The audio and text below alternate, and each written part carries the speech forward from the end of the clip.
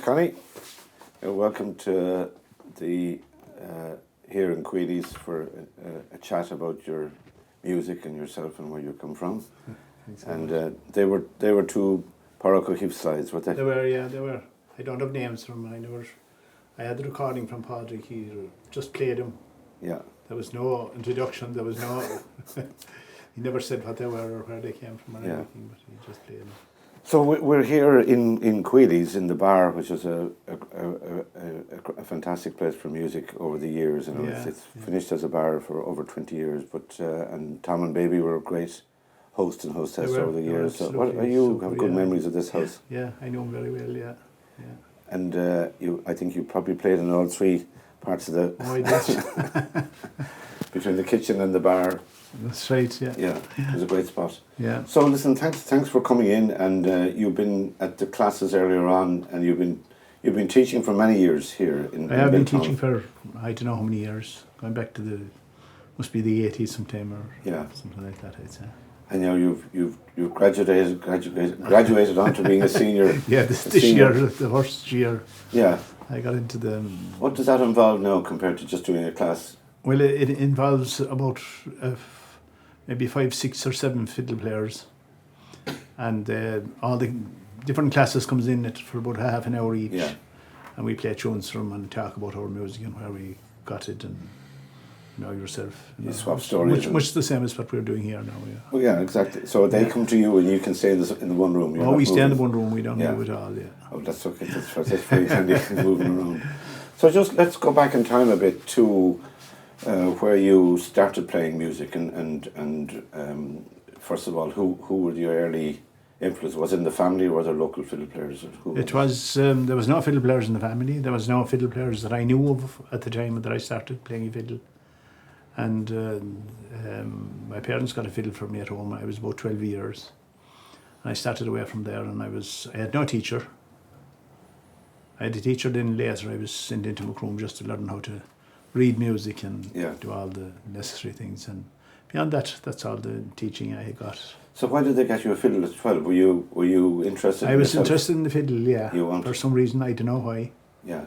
Did you hear it on the radio or was it? I was listening to it on the radio. I was listening to Kerry at the time, and like the Seamus Innes and people that were playing out programs at the time. And we don't need to say what year that was. I know.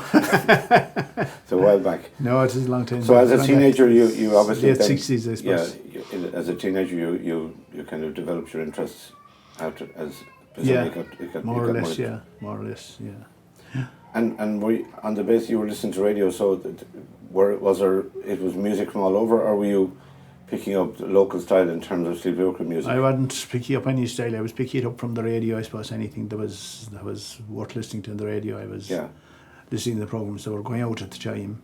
Other than that, I didn't hear any other music. Yeah. And again, we know from our interest in Scoil Glen that there's been a great, big renewed interest in Kerry music. Well, there is in the Scoil Glen area, and all credit to PJT for doing all that. Yeah. But for instance, this was a 50th anniversary of Denis Murphy's passing away. That's right, yeah. And again, so when you were young, you met and knew Denis. I met and knew Denis for the last 6 years of his life, roughly, and I played music with him. Yeah. I played a good bit of him. I never met Pádraig O'Keefe. Yeah. He was gone. I didn't know him at all. So I was only listening to all the recordings that were made of him, and what's still available. And, yes. And again, Denis had a great reputation of being not only one great fiddle player, but a lovely man and very generous of his music. Yes, very generous, terrible nice man. Very nice man, and very nice to sit down and play with him. I actually visited his house at one stage, and we had a very long night there. Yeah. But he was Johnny Leary that took me up there the same night. So. And again, you're speaking of Johnny, because he was sadly missed when he passed away a number of years ago, but he was a good friend of yours. Oh, he was a great friend, yeah. I was very good friends with Johnny, and I played a lot of sessions up in Knocknagree and Dan Connell's in Knocknagree and all over the place in Castle Island and Killarney and different places. Yes. And Knocknagree was, again, for music, but it was a great place for dancing. It was, of course. Yeah. Johnny played there on a regular basis, at least once a week, if not twice a week, for sets. They had a little hall out the back where you would have maybe 4 or 5 sets there, you know. Yeah. So it was a great venue, like, really great venue. And so in Martra, where you're from, was there much music? There was around? very little music there, and I growing up until I got going myself, and there was very, very little music there, you know, and still scarce enough there as it is, like, you know. Well, there'd be a few there, all right. Yeah. But I remember one of the first times I met you was with Denis McMahon. Yeah, Was also yeah, I another played a great lot guy. with Denis, all right. And Denis is fondly remembered. And it was you used to go over to Ballyvourney, and you were often in the O'Reilly's house. Oh, I was often in O'Reilly's house, and Connor's Bar and Ballyvourney would be the two big places at the time for music, you know. And the parties, they wouldn't end too early in the O'Reilly's house. No. But Wouldn't you- want any flash lamp going home. No. But again, so the sometimes people talk about Sliabh Luachra because it's kind of there's no formal boundaries on it, you know. No, so they say anyway. And it involves, in other words, Cork and Kerry are big rivals, but it crosses the border, doesn't it? Oh, it crosses the border, yeah. Yeah. Very much into Ballyvourney, and I suppose north to west of Mill Street and on to you could say to Newmarket and Castle Island and that circle around. It's a big circle, like. Yeah. Very big circle. Anyway, so apart from football, you're kind of joined at the hip, right? I suppose so, yeah. And as regards Sliabh Luachra music now, the slides and polkas are obviously very big there. They are, yeah. And we were talking to Paul McGrattan and Paul O'Shaughnessy's earlier on about Sligo polkas. Oh, yes. Which have a different tempo. But Yeah, they have a different tempo there. But the ones in Sliabh Luachra are very, I think, they're really made for dancing, aren't they? They are made for dancing. They're played different, and there's a different, I suppose, a different swing to them in a sense, you know. Very different to the Sligo and Leitrim There's different rhythm tempo. that's up there, yeah. And when I was very young, there used to be kind of rivalry with Clare. Felt it was all reels, and they were, I don't know if they had a great opinion about all the slides and polkas. I think that's is that changing, you think? I think it's changing a bit, actually. It's changing more so now than maybe that it was when I was coming here first. You know, people are associate more with slides and polkas than they did that time, you know. But you had plenty of reels too. Well, we had a few reels. Yeah. So you might play, just play one more tune for us, anything that you fancy, and we'll have a chat about other things then. Yeah.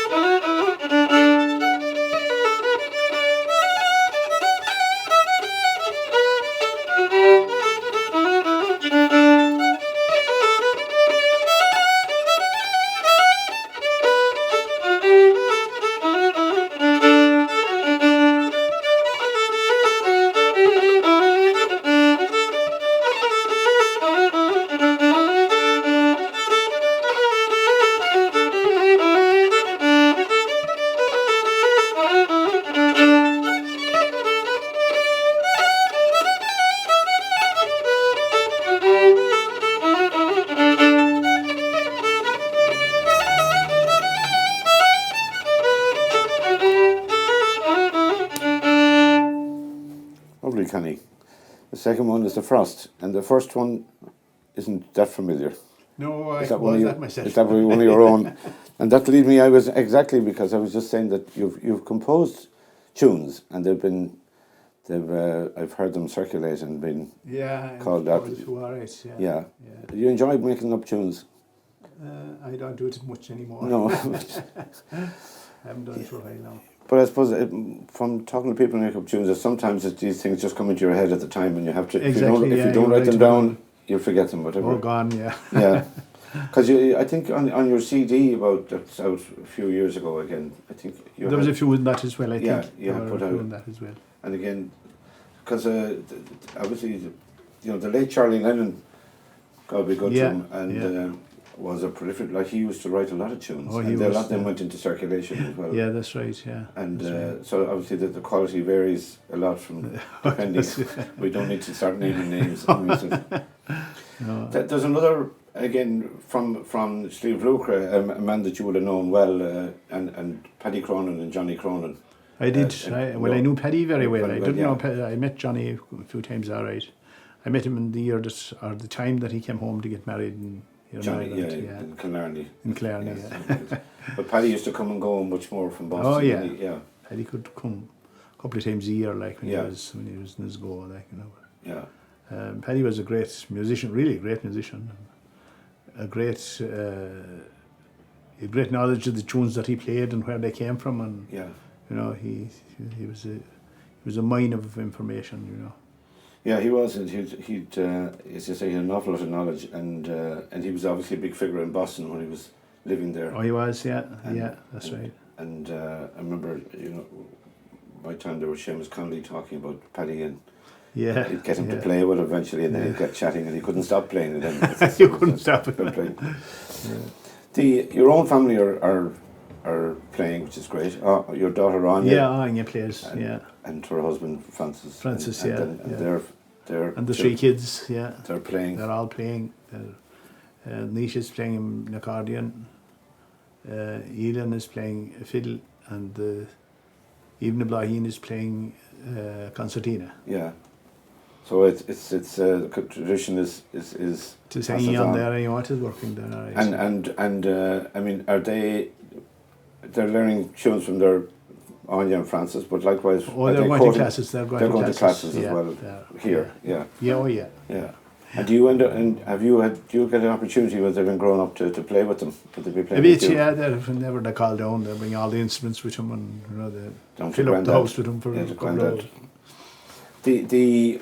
In terms of their musical interests in that, I mean, are they interested in all kinds of tunes? Do they value the Sliabh Luachra tradition? They do, especially Nisha does anyway on the box. Like he'd be big into Johnny Leary and Jimmy Dial and people that are actually gone. Yes. So be big and very much into that type of music. But presumably he knows Brian O'Leary as well, would he? Oh, he would, of course. He's been to classes to Brian. So that really that style of box playing is going to continue, which is great. Oh yeah, very much so, I'd say. And Johnny was inspirational that way. Yeah. And I was going to ask you about your memories of Hennessy's in this town as well, and which was like a centre for where Johnny used to. Oh yeah. Oh yes. Camp there. There was like a piece of Kerry transplanted to Clare. Yeah, we went down there for a while and we played a lot of music in Hennessy's actually. That's right. And Johnny, he was the kind of focus there. Oh, he was the focal point there for. And he was telling yarns. He'd be a first man for telling yarns as well. Oh yeah, great yarns. Yeah. But we can't repeat most of them. No, hardly any of them myself. In your travels again, away from home again, where would you have been favourite places to, either in Ireland or abroad, Well, I wouldn't have any favourite places. Like, if I was asked to do something abroad, I'd do it. Or if I was available or whatever, Any kind of particular places that you liked a lot? Or was it? I didn't particularly like any place a lot. There's no place like home. No. But you say you got to the States? I got to the States a couple of times, yeah. Yeah. Whereabouts were you there? I was in Boston and I was in Chicago. Yeah. And you meet musicians over there? Oh, I did. Yeah. Yeah. met anyone that was there to be met, I suppose, at the time. Was Cronin there at the time? Or did you meet him? No, he wasn't. no. No. And in Chicago, did you meet? Do you remember any musicians you met there? I can't remember any musicians I met there. No, but there was a share of them there. All right, they were good. Like there was good music there. Yeah, there was that music. And in England, did you get over to meet the London musicians? I did. Yeah, I met all the London. I met the McCarthy's and all of them when they were over there. Like, yes. Yeah. Yeah, Tommy McCarthy was a great focal point in London. He was and great. From Bobby Casey. And obviously the McCarthys, we had them here last year. They've all come back to live in this part of the world. They're all here now, more or less, I suppose. Tommy is not, I suppose. So the other thing I was going to ask you about in Scarta Glen, because you've been involved, you've been going to Scarta Glen for a number of years, and there's at the start, before there's a tribute to all the fiddle, there's about 50 young fiddle players, where they have the statue in front of Pádraig. Yes, yeah. And I mean, that's a big change compared to 50 years ago, isn't it? Oh, it is. There was no statue, there was nothing there. There was nothing there. And again, the in terms of the younger fiddle players now, including your own grandchildren. Yeah. Again, the impression is that Sliabh Luachra music is out there as common as Sligo reels and all very that. much so, yeah, very much so. Like the concerts that they have run in Scarta Glen, there was a lot of young musicians there playing slides and polkas and playing Kerry music, of all sorts. Yeah. And it is a big plus for people if they want to go to hear a concert of good Kerry music. We go there and we'll hear it there. That you'll hear it. Yeah. And talking to our mutual friend Joe Toma from Kenmare, and it was interesting, other people have said that you can hear people playing slides and polkas, but the particular touch and style that Denis Murphy and Pádraig O'Keefe have, very few. That doesn't translate a lot of the time, but some people have it and some people. Yeah, that's right. Yeah. And there's a very distinctive style in terms of the drawn strings very and all that. distinctive altogether. Yeah. And the impression from Joe is that, and other people know that the likes of yourself have it, and other musicians. But again, trying to get that particular style and that they played, and particularly when they play in octaves. Yeah, I know, yeah. And I think a lot of people like to hear more of that. Well, I suppose it is different, and I suppose there's something new and well, not very new now, but it was there for a number of years, like Denis Murphy did it, and Julian and Pádraig. Yeah. They all worked on those octaves way back to the 50s, I suppose, 60s anyway. Yeah. But as I say, and presumably there's again, I remember talking in Scarta Glen, they were talking about that, the value of having the octaves and extra, particularly with two fiddles playing. Yeah, very much so, yeah. The other, talking to the two Pauls earlier on, there was a flute and fiddle combination was very, quite more associated with Sligo Leitrim and that like that. Yeah. And is it fair to say it's more likely to be fiddle and accordion in your neck of the woods? It would be, I suppose, yeah. And I don't know, I saw, but it seems to work that way. Like, you have all the good accordion players there. You have John Brosnan and Paddy O'Connell. Paddy O'Connell. Yeah. And, all those lads. There's a good share of those around the place, And to get someone to play fiddle with them then there are a few fiddle players there too, But that would be a kind of more characteristic combination. It would, yeah, that's true. And obviously, outside of regard, slides and polkas, not alone with Sliabh Luachra, but with Cork out in the Dingle Peninsula. Yeah. And you know the Begley family, and including the late Seamus. Oh, of course, yeah, very much so, yeah. And again, there's an overlap between the music there and where you're from, isn't there? There is between overlap there, all right. They played, it was slightly different music, but it was still slides and polkas, Yeah. But I suppose the slide was, the style was slightly different there as well.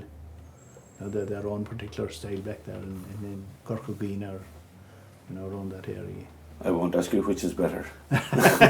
You get in trouble. The dancing in Knocknagree and the dancing out in Bóithrín and the places near Dingle, would that be pretty much the same? Or is it More or less, I suppose. There's very good dancers out around that area in West Kerry, and of course there was very good dancers around the Scarty Glynn and Castle Island and Knocknagree and all those places. There was great dancers there. Yeah.